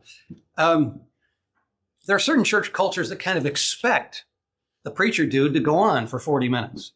And there are certain preachers who literally pride themselves, yeah, I talked for an hour this week, as if that's a point of pride. And that feeling gets going in preacher circles, believe me. I've been there, but contributed to that. But I don't think that's essentially very good at all. I think we need to have multiple speakers and shorter speeches, and I think everybody would thank us. Specifically, here's some suggestions. Try having 3 speakers in each meeting. Not 1, but 3. And then limit each one of them. Just get up, give me 5 or 10 minutes, no more than 10 on this topic. Have it planned in advance, that's fine, I don't care. And then each one reflect perhaps on a specific biblical text. So they're not just rambling on about the bear game, but they're speaking specifically about a Christian topic where people will be built up and edified by what they're saying. And if everybody knows that that speech is meant to build up people, that should guide the words that they prepare and that they deliver. And then if you're just going to have 3 this week, do your best to start inserting new speakers each meeting as much as possible. As much as possible. Because I see, I'm coming to you, Bill, let me finish this sentence. I see the New Testament assemblies as being a training ground for future leaders. We talked about that somewhat in session number 4, but it's not going to be a training ground if only one person does all the talking all the time. Bill? So where do you go about finding this group of people that is comfortable speaking in a group setting and in a public? Because a lot of people would rather do a lot of other things than get up in front of a group and speak in a group setting. You think about each one of your own church or assemblies or groups that you meet in. How many people do you think are really comfortable talking in a group? How do you get people to be more comfortable talking in a group? Well, if I were, the question is, how do you find people to get up and be the speaker? If this, for example, were my church and a guy named Bill Mannon just spoke up, I'd say, Bill, great job. Next week, I'd like you to be the guy. Yeah, and I wouldn't show Yeah, it is intimidating. We have created this culture where there's this enormous pressure on the person who's up there. But we got to stop that. I would show up. Yeah, I know you would. But get more people involved. They are there, and you can spot them. And even if you took a little vote in any given congregation, who are some people who you respect as having something worthwhile saying? Who would you like to hear from for 5 minutes this next Sunday? You'd get some pretty interesting responses. I think it'd be a long list. I hope so anyway. What are you going to say, Raj?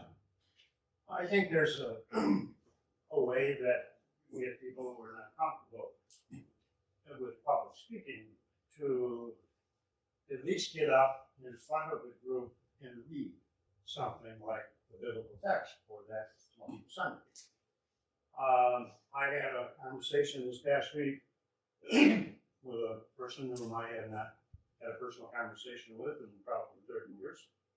And he was sharing with me the fact that when I asked him way back in the early 70s if he would consider reading the lessons on a given Sunday, he reluctantly said yes. And then on Saturday, he was almost ready to call me up and say, no, I can't do it. His wife said, yes, you can. And he did. And as time went on, he became more comfortable with the reading role, became an assisting minister. And then I won't go into all the messy details, but eventually ended up becoming pastor himself. There you go. In a different denomination. Yeah. And his son is now pastor of the congregation where he was assistant. He told a story the other day about his son having to fire because it wouldn't look good to have both of them on staff. Yeah, yeah. I said, all I started with was, hey, get up and read the lesson. Yes. This is a great point. I think the thing is, people are never going to advance if you don't give them a shot to begin with. I mean, I had to start somewhere. Everybody has to start somewhere with that. And even if it is just a reading, yes.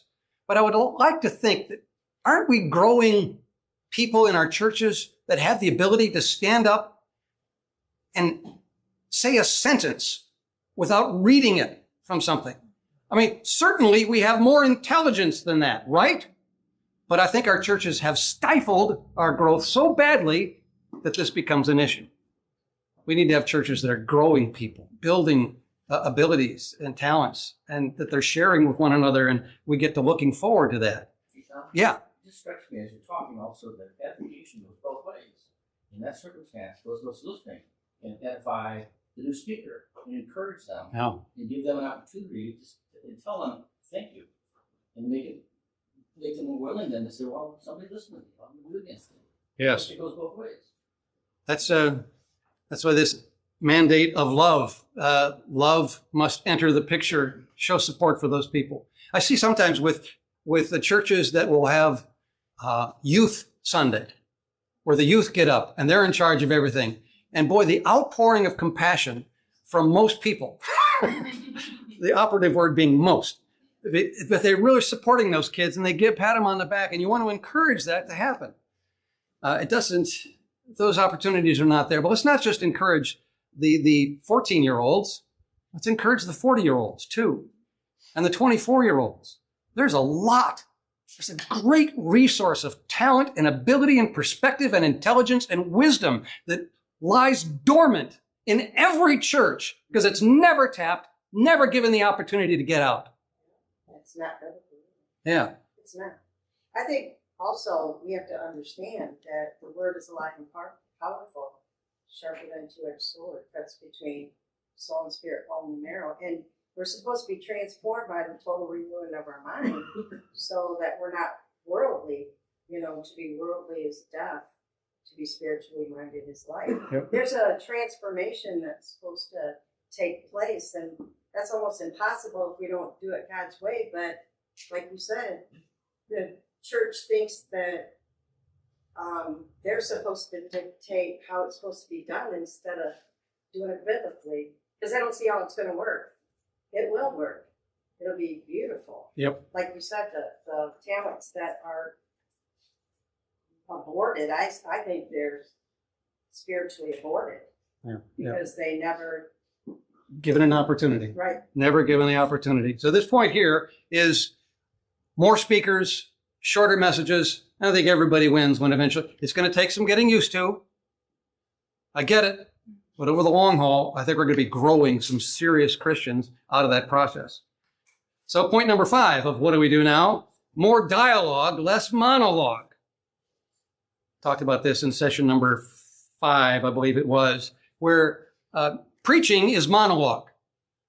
That's why it's never found in an assembly context. But teaching, encouraging, exhorting, there's some give and take in that process. When Paul says, let 2 or 3 speak and let the others weigh what is said. Here's a point here. You got to ask questions. You got to have the opportunity to ask questions, just like you just did. It's essential to being a disciple. The old Socratic model of how people learned, even before the time of Jesus, was by following the leader. The disciples would follow the master, and they would ask him questions all the time. And if you follow Jesus through the gospel, there's dozens of examples of people asking Jesus questions. Even after he says something, then they'll stop and say, well, wait a minute, what about this? And some of the greatest stuff that comes out of Jesus' mouth is in response to a question. Jesus dialogues with people throughout the Gospels. So if that's true, if it was okay to ask Jesus questions, why isn't it okay to ask questions of the sermon? Is somehow the sermon more sacred than Jesus? I'll just toss that out for your. By the way, don't get on your pastor because he's just doing what he's being told to do and what he thinks that everybody's expecting him to do. But nobody's growing. I think if only one person does all the talking. Well, there is one person who's growing, and that is the pastor. And he is. I tell you, to go through that process of creating that message, researching, putting it together, and then delivering it, and then living up to it yourself, there's some serious growth that takes place with any pastor when they go through that process. Point number 6, break big groups into small groups. It's kind of like this. If you got a church that's got that many people in it, what you got to do is do this. Break them into small groups. And a lot of churches recognize the magic of this already. You recognize that we got to drill people into small groups. Somehow, with whatever's going on Sunday morning, get them into a Sunday night growth group or whatever you call it at somebody's house. Often, a lot of churches are doing that, and I think you need to. That's the only place, not the only place, but it's a great place. And the primary place where growth takes place is in the group, not in the big one. Not so much. I got to be careful. Yeah, got to be careful. But this is where it's at. You got to break the big groups into small groups. Point number 7 of what do we do now? Arrange the room for maximum edification. You know, we've been building magnificent cathedrals for a couple thousand years now. And all of those were built as houses of worship. And they look like this. By the way, this is Constantine's Basilica in Trier of Germany. My wife and I were just there earlier this year, 3 or 4 months ago. Constantine built this, in the 4th century. It's one of the many 40 churches that Constantine built. And it's magnificent. It's really quite something. But what this was built for is for worship. To be edified in this kind of setting, it can happen, but it's a challenge. Here's another place. We were in Mainz, Germany, or Mainz, it's called, the cathedral there. Again, a magnificent cathedral with these tall spires and all the pews. And there's my wife walking right down to the front. Everybody else is sitting back. No, she's going right to the front. She always does that. I do that as well. But that's what these buildings were built for. This is the cathedral in Marseille, France. There's my wife walking right down the middle again, right down the front. No fear whatsoever. But this is what these buildings are, these straight pews all facing forward, and everybody's really reverent and such. This is St. Peter's Church in Zurich, Switzerland. I point this one out because of this. This is where the pulpit is in this particular church. Right up there, isn't that cool? I say, if you're a preacher, this is where you got to be. But one of the wrong things about the architecture of these buildings is that it glorifies the wrong stuff. First off, it's all built to worship God. And God's going to be worshiped regardless of what kind of building you got. And God's doing just fine, by the way, even without us saying too much. But when we glorify the preacher and the lowly slugs have to sit out here in the pews, who's really the holy one here? Who's the saint? It's not going to be these people. It's going to be these people. That's my wife way back there in the Holy of Holies. We walked right back in there. I took this picture just before she was arrested by the authorities. She was released on her own recognizance. We're not allowed in Switzerland anymore, but we just won't go. I'm kidding. She's rolling her eyes again. But my point is here, buildings for centuries have been built for worship. What if you were going to build a building for edification? What does it look like? What's the ideal edification room look like? I even think if I had to design this room, I wouldn't design it like this. What this is set up for is one guy who's doing all the talking and you sit there and listen. I apologize for that, but I'm guilty of the same thing. But this is kind of one of those special things where there's some special presentation on a special topic by somebody who's done some research in this field, and we all want to hear that. So this room kind of works. But if you're going to have an ongoing basis where there's edification taking place in a room, what should it look like? I think there's some principles should guide the design of the room. The one principle is that everyone is a saint. I mean, a literal saint.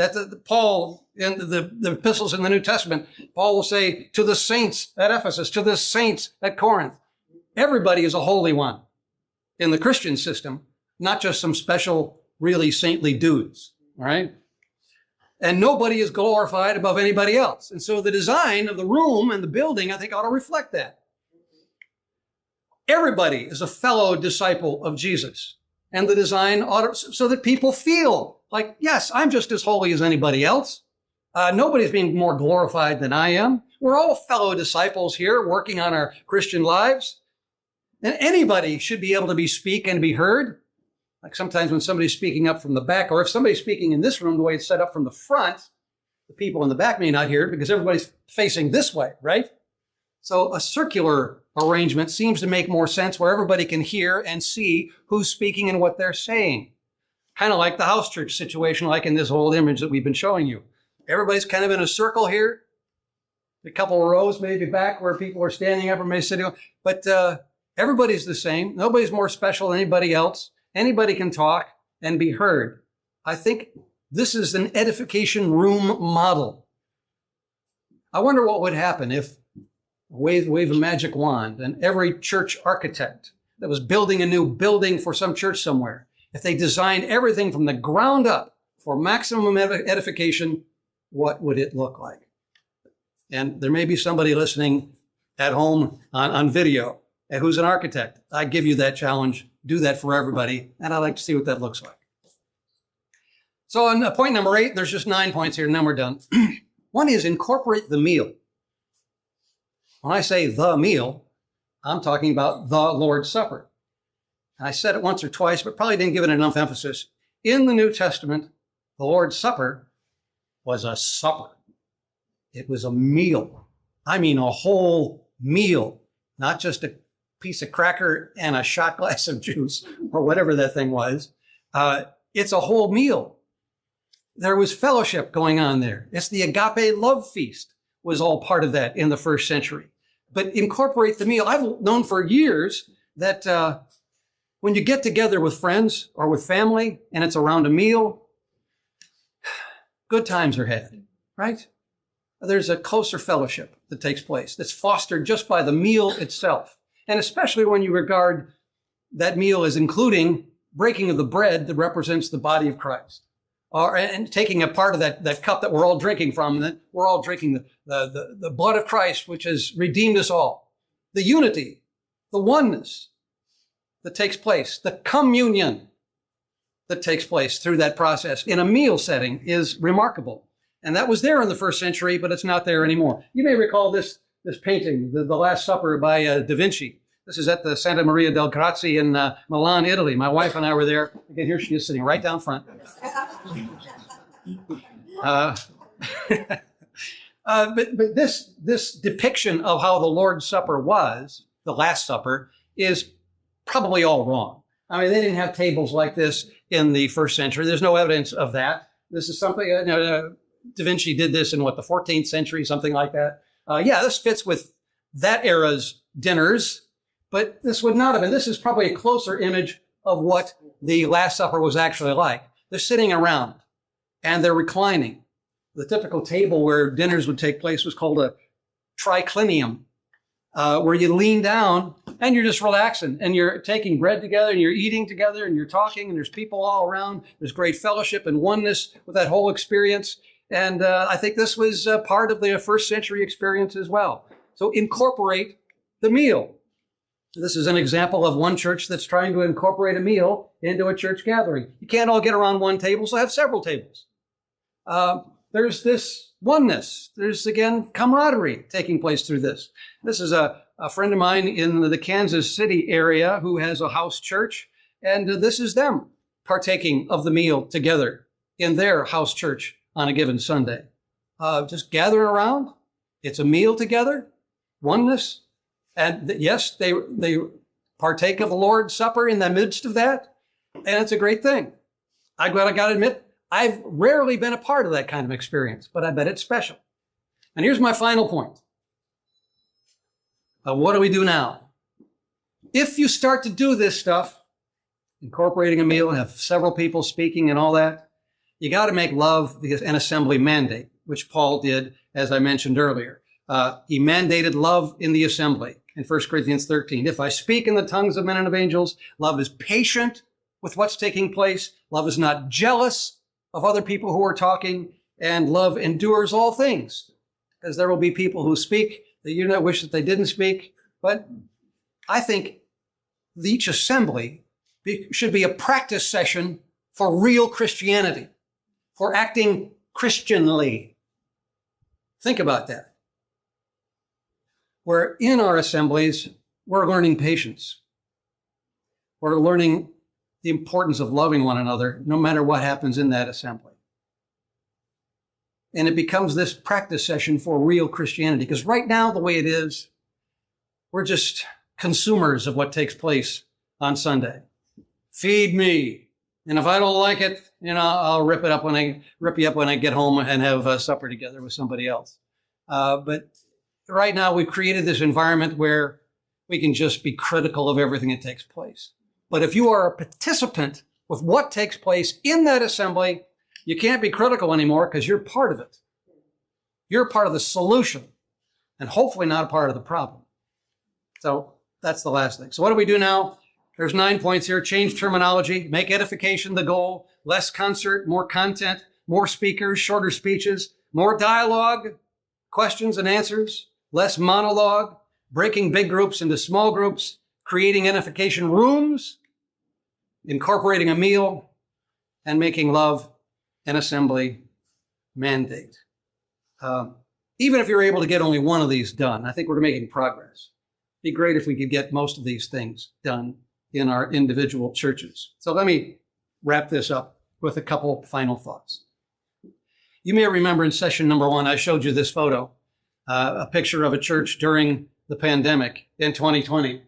You got one guy out there and nobody out there except you have one other person.